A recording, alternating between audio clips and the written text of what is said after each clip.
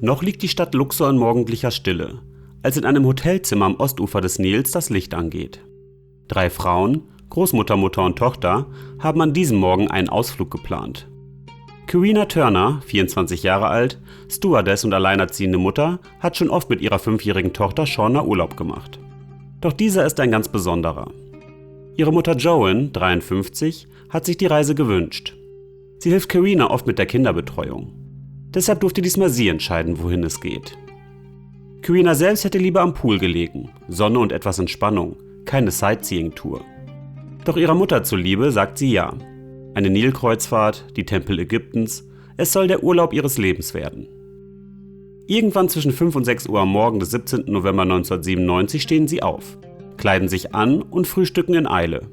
Sie wollen früh los, um ihren Ausflug zu beenden, bevor die Sonne das Tal in glühende Hitze taucht. Kurze Zeit später steigen sie bereits in ein Taxi, das sie auf die westliche Seite des Nils bringt. Unterwegs passieren sie die Kolosse von Memnon, 2 gigantische Statuen, die über das Tal wachen. Karina bittet den Fahrer spontan um einen kurzen Stopp. Sie steigt aus, nimmt ihre kleine Tochter an die Hand und stellt sich vor die gewaltigen Steinriesen. Shauna drückt sich schüchtern an ihre Mutter, versucht sich halb hinter ihrem Arm zu verstecken. Joan hält diesen Moment mit der Kamera fest. Es soll das letzte Foto werden, das hier von Mutter und Tochter entstehen wird. Wenig später erreichen sie ihr Ziel, den Tempel der Hatschepsut, das majestätische Heiligtum der ersten Pharaonin, die im alten Ägypten als Frau regierte. Hunderte Touristen sind bereits vor Ort. Reisegruppen aus Japan, der Schweiz, Deutschland und Großbritannien. Guides erzählen von Göttern, Dynastien und antiken Mythen, während die Sonne das Kalkgestein in goldenes Licht taucht. Fasziniert wandern die 3 Frauen zwischen den Säulen entlang. Ihre Blicke gleiten über die uralten Reliefs, die Geschichten aus einer längst versunkenen Zeit erzählen. Plötzlich zerreißt ein Schuss die Stille des Tals. Ein Echo hallt zwischen den Felsen wieder. Dann folgt noch ein Schuss. Und noch einer. Erschrocken blicken sich die Besucher um. Schreie, Schritte. Menschen, die in Panik durcheinanderlaufen, ohne zu wissen, wohin. Auch die Turners sind wie erstarrt. Karina zieht ihre Tochter an sich, sucht mit ihrer Mutter Schutz hinter einen der steinernen Säulen. Niemand weiß, was geschieht. Nur, dass der Tod plötzlich ganz nah ist. Die Schüsse reißen nicht ab. 15 Minuten, 20, vielleicht 30. Eine Ewigkeit aus Angst, Verwirrung und Entsetzen. Dann Stille. Nur noch das ferne Echo, das zwischen den Felsen verklingt. Kein Schuss mehr. Keine Schreie. Niemand traut sich zu bewegen. Minutenlang wagt kaum jemand zu atmen, bis die ersten Überlebenden vorsichtig aus ihren Verstecken treten. Da erkennen sie das ganze Ausmaß der Katastrophe. Überall liegen Tote, alte Männer, Frauen, Kinder. Manche von ihnen bis zur Unkenntlichkeit entstellt. 62 Menschen verlieren an diesem Morgen ihr Leben am Totentempel der Hatschepsut. Unter den Opfern befinden sich auch Joan, Karina und die 5-jährige Shauna. 3 Frauen, 3 Generationen. Ausgelöscht in einem Urlaub, der schönste ihres Lebens werden sollte. Doch was war geschehen? Und warum?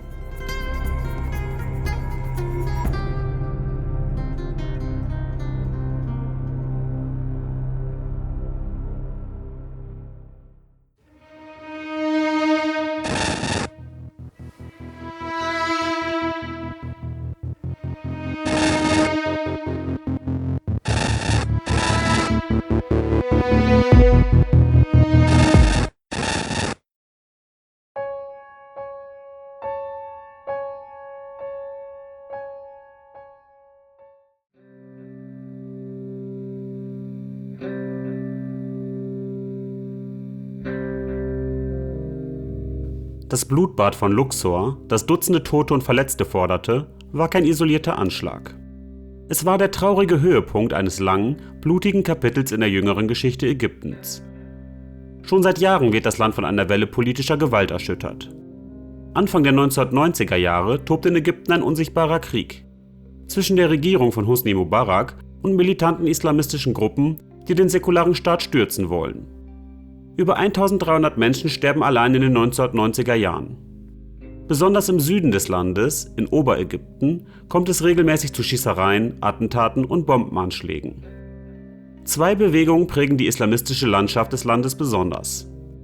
die Muslimbruderschaft, eine mächtige, aber gewaltfrei auftretende Oppositionsgruppe, und ihre radikalen Gegenpole, die Gruppen Al-Dschihad und Al-Jamia al-Islamiyya. Während die Muslimbruderschaft auf Reform und gesellschaftliche Überzeugungsarbeit setzt, entscheiden sich Gruppen wie die Jamia für den bewaffneten Kampf. Sie wollen den ungläubigen Staat zerstören und durch eine islamische Ordnung ersetzen. Gewalt wird für sie zum politischen Werkzeug und zum Akt religiöser Überzeugung. Die Geschichte dieser Bewegung beginnt bereits in den 1970er Jahren. Junge Aktivisten, enttäuscht vom Kurs der Regierung, schließen sich zu militanten Zellen zusammen. Aus einer von ihnen entsteht Al-Dschihad, jene Gruppe, die 1981 den ägyptischen Präsidenten Anwar al-Sadat ermordet, weil er mit Israel Frieden schloss. Nach der Ermordung werden hunderte vermeintliche Islamisten verhaftet, viele von ihnen gefoltert. Doch der Versuch, die Bewegung zu zerschlagen, hat den gegenteiligen Effekt. Er macht sie radikaler, kompromissloser. In den 90er Jahren eskaliert der Konflikt. Der Staat reagiert mit Massenverhaftungen, standrechtlichen Prozessen, Folter. Islamisten oder die für welche gehalten werden, werden erschossen, verschwinden spurlos oder sterben in Gefängnissen. Und jedes Mal, wenn der Staat zuschlägt, antworten die Extremisten mit einem neuen Anschlag. Die Opfer sind nicht nur Politiker, sondern auch Schriftsteller, Professoren oder Journalisten. Am 8. Juni 1992 wird der bekannte Intellektuelle Faraj Foda auf offener Straße erschossen, weil er den politischen Islam kritisierte. Seine Mörder nennen ihn einen Feind Gottes. Bald geraten auch Touristen ins Visier der Dschihadisten. Der Tourismus ist Ägyptens Lebensader, zugleich ein Symbol des Westens, den sie verachten. 1996 erschießen bewaffnete Mitglieder der Jamia al-Islamiyya 18 griechische Touristen vor einem Hotel nahe den Pyramiden von Gizeh. Später erklären sie hätten geglaubt, es handele sich um Israelis. Es ist nur einer von vielen Anschlägen jener Jahre. Doch im Sommer 1997 scheint sich etwas zu verändern. 5 Anführer der Jamia veröffentlichen im Gefängnis eine Erklärung. Sie rufen zum Ende der Gewalt auf. Ein Hoffnungsschimmer. Doch innerhalb der Bewegung löst der Aufruf einen Machtkampf aus. Radikale Anhänger weigern sich, den Aufruf zu akzeptieren. Und so beginnen einige von ihnen, einen Anschlag zu planen. Groß, symbolträchtig und tödlich. Ein Angriff, der das Land erschüttern und den ausgerufenen Frieden zerstören soll. Der 17. November 1997 sollte dieser Tag werden.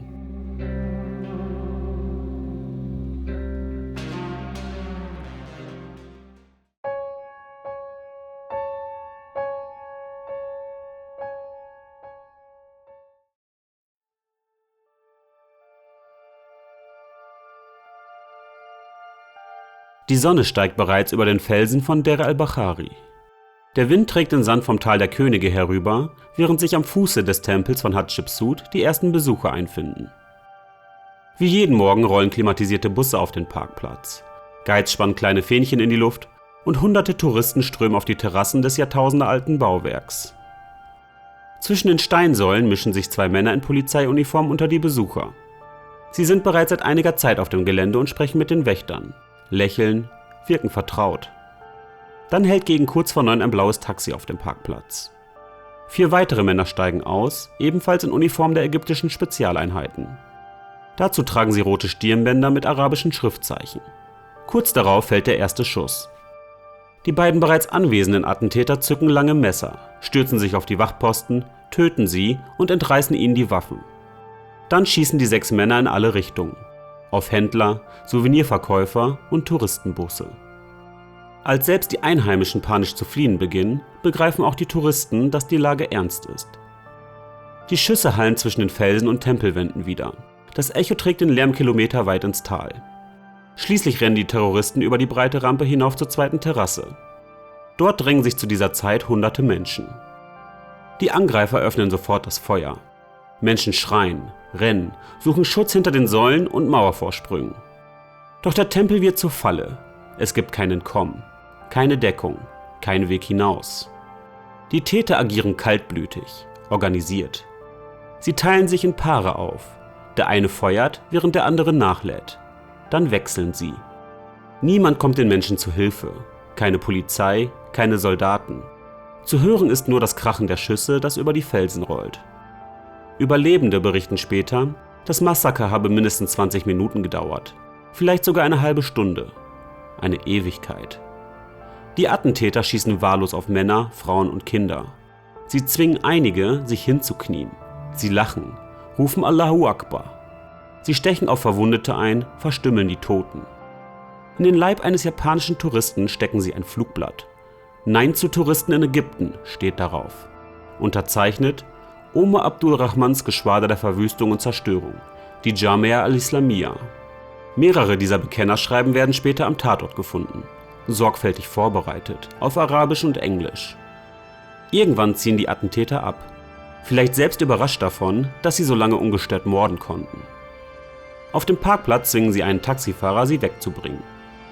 Wenig später kapern sie einen Touristenbus der Firma ISIS und drohen dem Fahrer mit dem Tod, sollte er nicht zum Tal der Könige fahren, wo sie weitere Touristen vermuten. Der Fahrer bleibt jedoch ruhig und täuscht sie.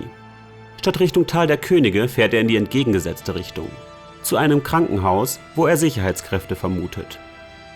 Als die Täter die List bemerken, schlagen sie mit einem Gewehrkolben auf ihn ein. Bevor sie aussteigen, sticht einer von ihnen mit einem Bajonett zu. Dann fliehen sie zu Fuß in die nahegelegenen Berge. Der Fahrer überlebt schwer verletzt, liegt jedoch 2 Wochen im Koma. Wenig später stößt die Polizei auf die Männer. Eine Polizeikugel trifft einen der Fliehenden. Die anderen sollen ihn sofort erschossen haben, um ihn nicht in Gefangenschaft zu sehen. Die verbliebenen 5 fliehen weiter in die Felsen von Theben West, wo sie sich in einer Höhle verschanzen. Laut offizieller Darstellung begehen sie dort kollektiven Selbstmord. Andere Berichte behaupten, die Polizei habe die Höhle gestürmt und die Männer getötet. Sicher ist nur, die Obduktionsberichte der Toten wurden nie veröffentlicht. Als die Sonne senkrecht über den Terrassen des Tempels steht, ist das Blutbad vorbei. 62 Menschen sind tot, 58 Touristen und 4 Ägypter. Mehr als die Hälfte der Opfer stammt aus der Schweiz. Der sagenumwobene Tempel der Hatschepsut wird an diesem Tag zum Schauplatz des größten Massakers in der Geschichte des ägyptischen Tourismus.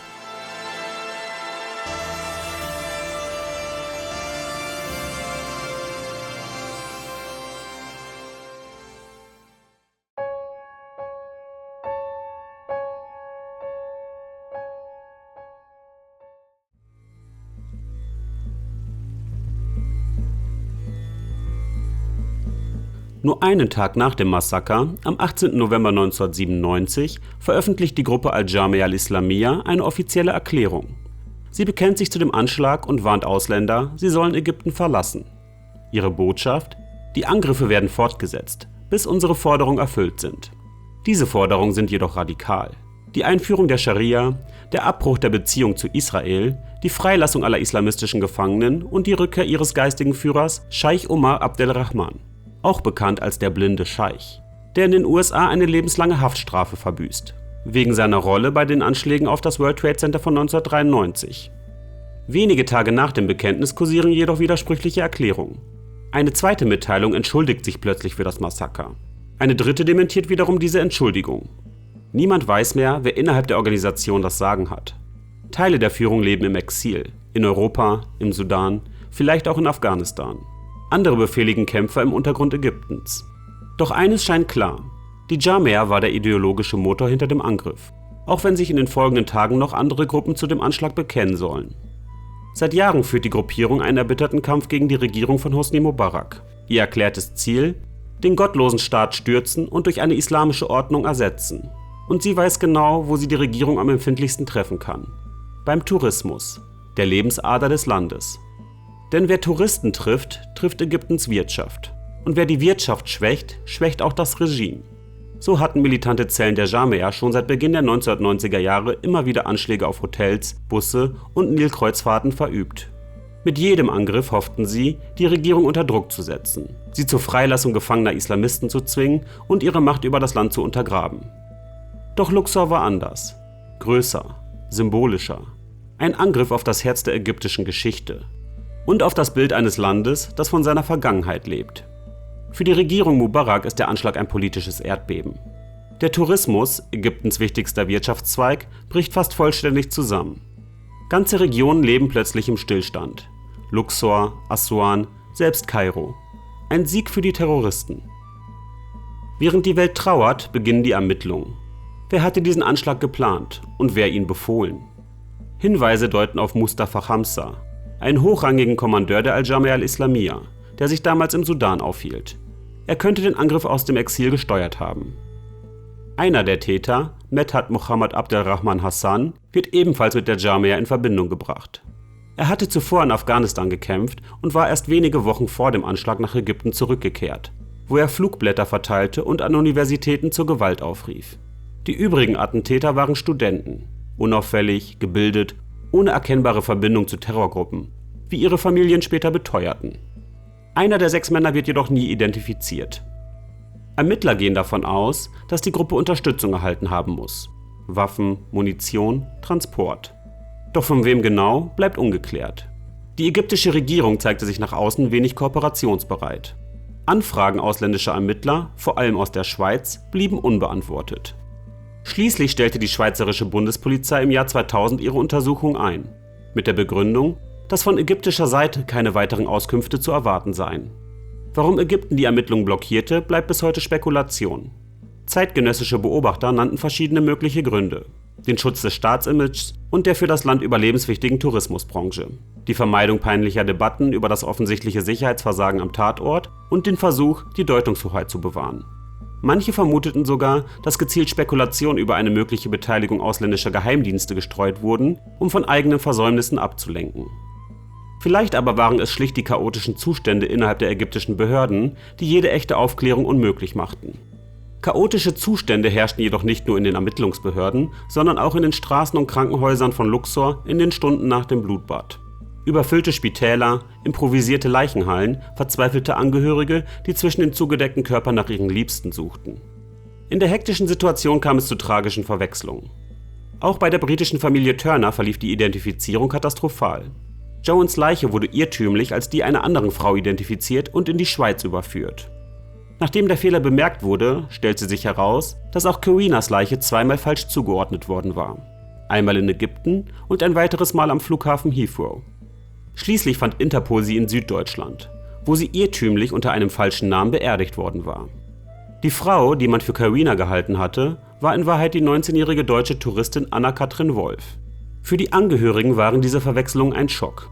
Die Tragödie des Massakers bekam so eine weitere, bittere Dimension und vertiefte die Trauer jener, die ohnehin schon Unvorstellbares erlitten hatten.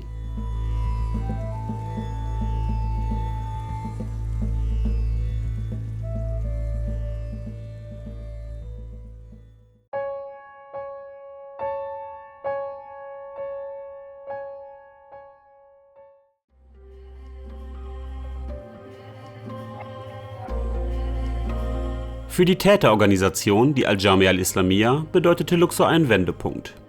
Das Massaker löste selbst in islamistischen Kreisen Entsetzen aus. Viele einstige Sympathisanten wandten sich ab, weil die Brutalität der Tat mit ihren Überzeugungen unvereinbar schien. Der ägyptische Staat reagierte mit massiver Härte.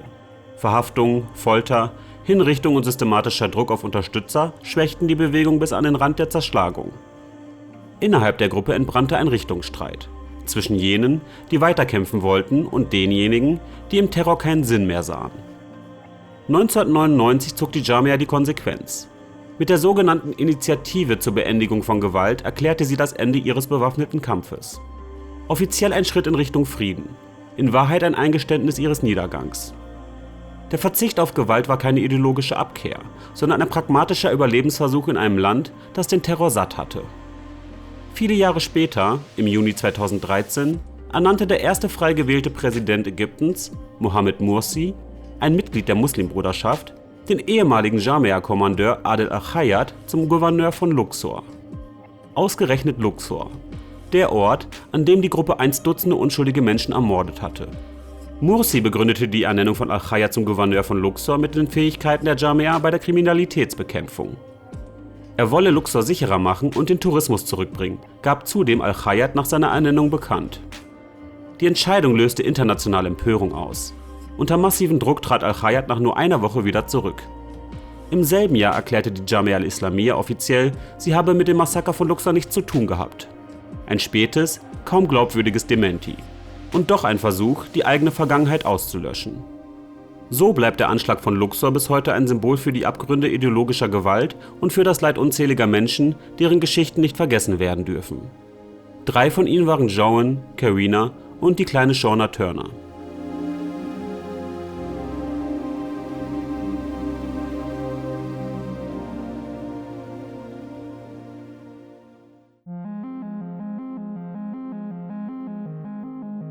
Damit sind wir am Ende dieser Geschichte angekommen. Was denkt ihr über die Ereignisse von Luxor? Hattet ihr schon einmal von dem Massaker am Tempel der Hatschepsut gehört? Und wie bewertet ihr die Reaktion des ägyptischen Staates? War das harte Vorgehen gegen die Islamisten notwendig oder birgt ein solches Vorgehen die Gefahr weiterer Radikalisierung? Schreibt mir eure Gedanken und Meinung dazu gerne in die Kommentare. Wenn euch dieses Video gefallen hat, lasst einen Like da und abonniert den Kanal. So verpasst ihr auch keine weiteren True Crime Stories aus der politischen Zeitgeschichte. Vielen Dank fürs Zuschauen und bis zum nächsten Mal.